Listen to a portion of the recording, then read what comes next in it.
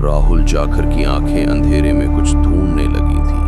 मोना देवी की छवि ने उसके मन में एक अजीब सी बेचैनी भर दी थी। वो अब उस मिरर से दूर खड़ा था जिसमें उसने मोना देवी के हाथों से खून टपकते देखा था।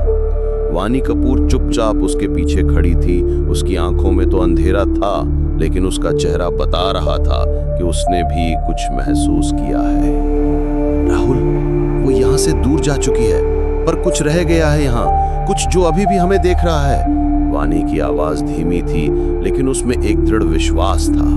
राहुल ने मिरर की तरफ देखा। वो अब फिर से एक साफ शीशा लग रहा था, लेकिन उसके कोने पर एक छोटी सी दरार दिख रही थी, बिल्कुल वैसी जैसे कोई अंदर से बाहर निकलना चाहता हो। इंस्पेक्टर विक्रम राणा रूम के दरवाजे पर खड़ा सब कुछ देख रहा था। उसकी आंखों में अब पहले जैसा डाउट नहीं था। एपिसोड 2 के एंड में उसने मोना देवी की चीख सुना था, जिसका कोई लॉजिक नहीं था। अब उसके मन में भी सवालों का तूफान था। राहुल ने उस मिरर को कांपते हाथों से उठाया। इस दर्पण में सिर्फ एक भूत नहीं, एक कहानी बंद है, और ये कहानी हमसे कुछ कहना चाहती है। विक्रम ने मिरर से आंखें मिलाईं। अगर ये कहानी है तो शायद हम इस हवेली की हिस्ट्री से कुछ और जान सकते हैं। पंडित दयाल तभी हवेली के अंदर वापस आया।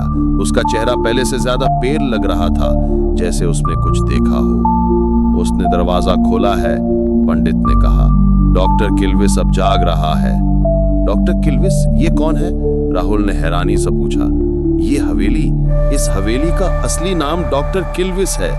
ये एक इंसान का नाम था जो कभी यहाँ रहता था। उसने ही इस जगह को जिंदा बनाया। ये हवेली एक जीवित तत्व है, एक आत्मा के रूप में, और मोना देवी उसी हवेली के सिर्फ एक छोटा हिस्सा थी। सबके चेहरे पे सन्नाटा छाया गया। मतलब ये हवेली किसी जिंदा इंसान जैसे रिएक्ट करती है? विक्रम ने पूछा।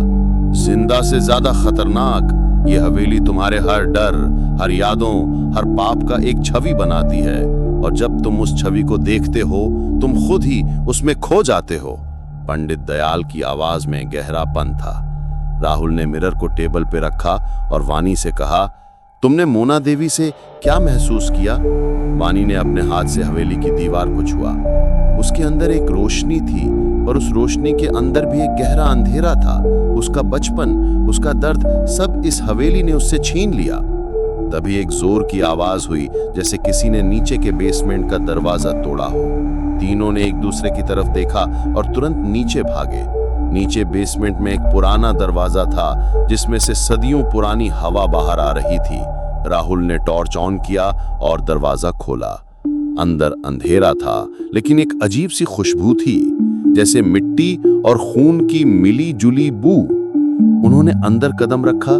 दीवार पर कुछ चित्र बने हुए थे, काले रंग से बनाए गए नक्श। एक चित्र में एक डॉक्टर जैसे आदमी को दिखाया गया था, जिसके हाथ में कोई शैतान जैसा इंजेक्शन था, और सामने एक औरत बिल्कुल मोना देवी जैसी चीख रही थी।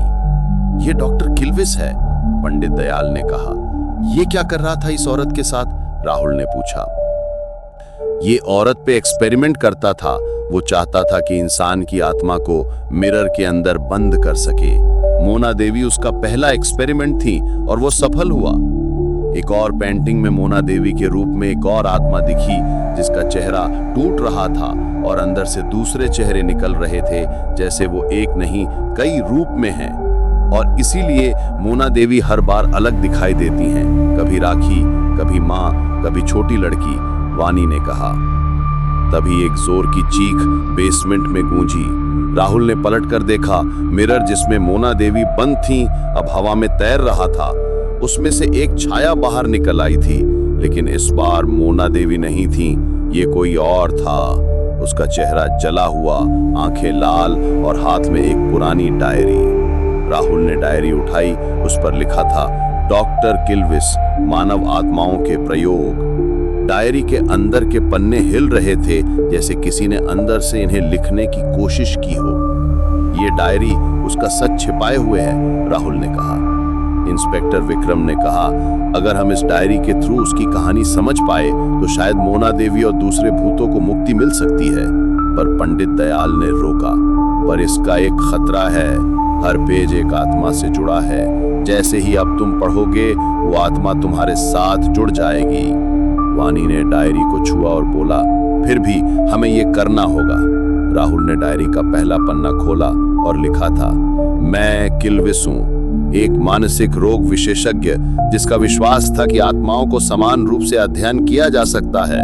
पर जब मैंने मोना देवी को मिरर के अंदर बंद किया तो मैं भी अंदर चला गया। उस पल राहुल के आसपास का समाज बदलने लगा। हवेली की दीवारें हिलने लगीं, वानी चीख उठी और पंडित दयाल ने मंत्र जाप शुरू कर दिया। मिरर से एक और छाया निकलकर राहुल के सामने आई, पर इस बार मोना देवी थीं, लेकिन वो रो रही थीं। मैं नहीं चाहती थी ये सब हो, मुझे छुड़ा लो इस हवेली से। राहुल, तुम उससे अलग हो, तुम इस कहानी का अंतिम अध्याय लिख सकते हो, मोना देवी की आत्मा ने कहा। राहुल ने डायरी के अगले पन्ने खोलने से पहले मोना से पूछा, क्या तुम सच में मुक्ति चाहती हो? मैं चाहती हूँ कि किल्विस का सच दुनिया के सामने आए। मैं सिर्फ एक शिकार थी, उस हवेली ने मुझे मॉन्स्टर बनाया, मोना देवी ने कहा। एपिसोड 3 का अंत एक नए मोड़ पर पहुंच गया है। राहुल के हाथ में अब किल्विस की डायरी है, मोना देवी की आत्मा उससे सच बताने को तैयार है, और हवेली जो जिंदा है उसका एक अलग ही प्लान है। Subscribe for next episode.